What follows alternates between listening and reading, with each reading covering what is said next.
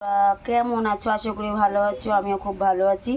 আজকে আবার আর একটা ভিডিও নিয়ে চলে এলাম। আমরা কিন্তু এটা কিন্তু কুমড়ো শাক, মিষ্টি কুমড়োর পাতা, কিন্তু এটা আমি সবকটা একই রকম পাতা নিয়েছি। আমরা কিন্তু কুমড়োর ডাঁটা খেয়েছি, কুমড়ো খেয়েছি, কুমড়োর পাতারও রেসিপি খেয়েছি, কিন্তু এরকম একটা রেসিপি আজকে নিয়ে এলাম, সেটাই দেখতে থাকো। আর কেউ কিন্তু ভিডিওটি স্কিপ করবে না। চলো, আগে পাতা কটা আমি ধুয়ে পরিষ্কার করে নিয়েছি। এদিকে আমি জলটা দিয়েছি, জলটা কিন্তু হালকা ফুটছে। এবার আমি পাতা কটা এই জলের মধ্যে দিয়ে দেব। বেশি কিন্তু সিদ্ধ করব না, 2 মিনিট, খুব জোর 2 মিনিট রাখবো পাতাটা একটু নরম করার জন্য। দেখো পাতা কটা কিন্তু আমার নরম হয়ে গেছে, 2 মিনিট রেখেছিলাম। এবার এগুলো আমি সব কটা লাবিয়ে নেবো এক এক করে, জলটা ঝরিয়ে। এবার আমি থালাটায় রাখবো। এবার আমি কড়াইটা দিয়ে দিয়েছি। কড়াইয়ের মধ্যে আমি তেল দিলাম অল্প করে, সাদা তেলটা। তেলটা গরম হতে থাকুক। তেলটা গরম হয়ে গেছে। এবার আমি কয়েকটা জিরে, কালো জিরে দিয়ে দিলাম। এবার এর মধ্যে এক একে আমি পেঁয়াজ কুচি দিয়ে দেবো, আদা কুচি, টমেটো। এবার এর মধ্যে আমি একটু লবণ দিয়ে দেবো।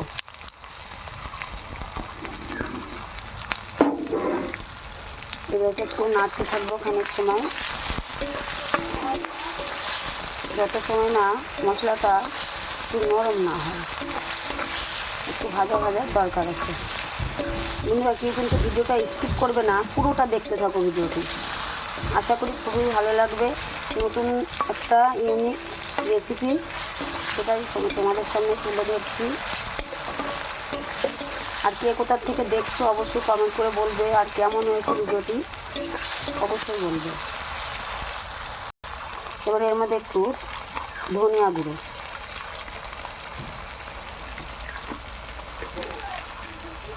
তারপরে একটু কাশ্মীরি গুঁড়ো লঙ্কা,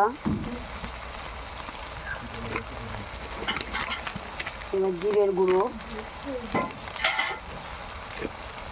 আর একটু গোলমরিচের গুঁড়োটা দিয়ে দিলাম একটু ঝাল ঝাল করার জন্য।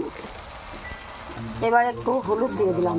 আর এইদিকে আমি আলুটা সিদ্ধ করে রেখেছিলাম অলরেডি। এইবার যে সিদ্ধ করা আলুটা, সেটা কিন্তু আমি মশলার মধ্যে দিয়ে দিলাম।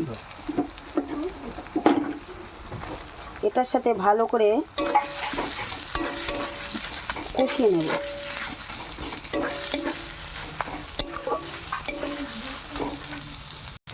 এবার একটু গরম মশলা দিয়ে এটা লাবিয়ে নেব। আমার কিন্তু এটা হয়ে গেছে। এবার এটা আমি লাবিয়ে নেব।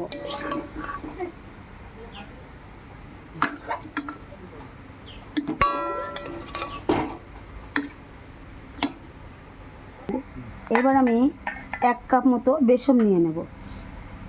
এবার এক একের মধ্যে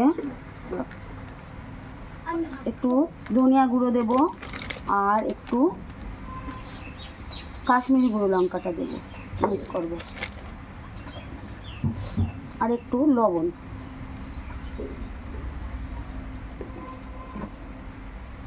এবার একটু হলুদ দিয়ে দেব। এবার এটা আমি ভালো করে জল দিয়ে ফাটিয়ে নেব। ব্যাটারটা আমার রেডি হয়ে গেছে কিন্তু বন্ধুরা।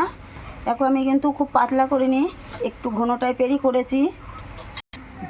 এবার যে কুমড়ো পাতাটা সিদ্ধ করেছিলাম, সেটাই আমি তার মধ্যে পুরটা দেব, দিয়ে ঠিক আমি এইভাবে রোল করে নেব প্রত্যেকটা।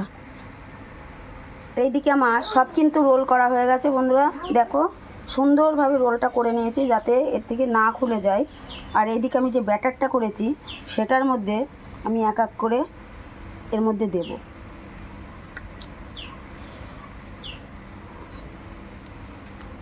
দেখো আমি সুন্দর করে এটা লাগিয়ে নিচ্ছি।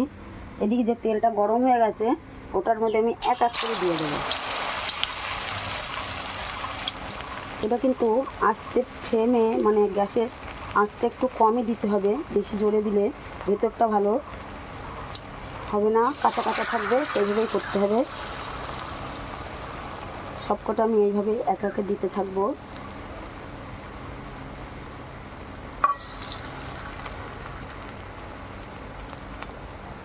দেখেছো বন্ধুরা কত সুন্দর লাল লাল হয়ে গেছে। এবার কিন্তু আমি এটা লাভিয়ে নেব।